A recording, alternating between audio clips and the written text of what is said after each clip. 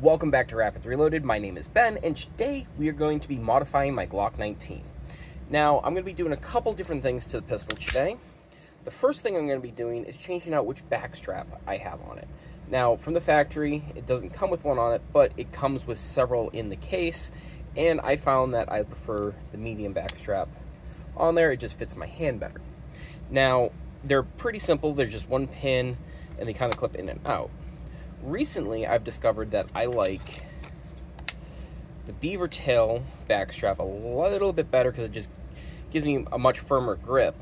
Now, I use this pistol primarily now for competitive shooting, so if I was going to conceal carry this, I would stick with this grip, but having this beaver tail extension really gives me a firmer grip on the gun, so that's what I'm going to go with for the competitions. And like I said, they're pretty easy to just pop in and out, so not a big deal.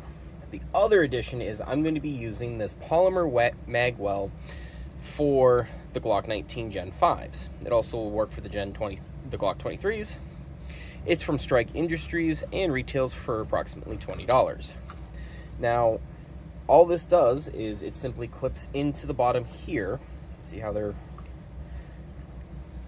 So you just kind of... This front half goes over, and the back half kind of just rocks in. And it just sits in there and gives you a little bit better purchase for inserting a magazine.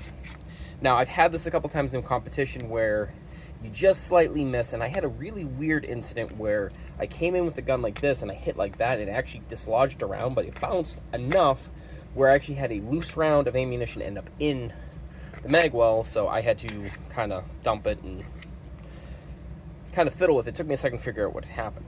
Now, the other thing I'm going to do is, you can see here, it's not exactly smooth, so I will smooth that out too. The only problem I'm going to run into is, and Strike Industry says this right on their website, it does not work with these backstraps. It interferes with it. So what I'm going to do is I'm going to clearance the back of this ever so slightly. I'm just going to file away until this and this will all fit together. So I'm going to go ahead and do that, and I will show you guys the end result. A few moments later. A few minutes later. A few inches later. 6.5 hours later. Alrighty. So, as you see, we have the new backstrap on and the magwell. I did file down the back side of the magwell a lot to kind of just fit it. A lot of trial and error. And then the backstrap, as you see, went from this to just adding this extension to the beaver tail, which hopefully will give me a little bit better recoil control and just kind of have the gun in my hand a little bit better. So the only other thing I did was I had to file down the back side of the screw just so I had a little bit more clearance to get it to catch, but should help with some reloads. And then, as you see here, gives your pinky something to rest on, so a little bit tighter grip.